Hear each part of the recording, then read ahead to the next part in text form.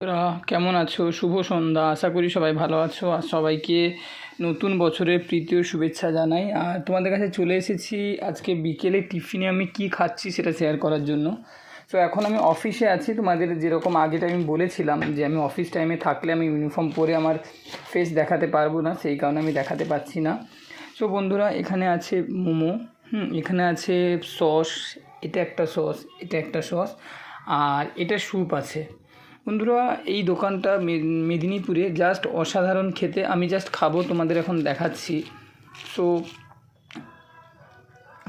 তো দারুণ দারুণ বন্ধুরা, দারুণ, অসম্ভব ভালো খেতে।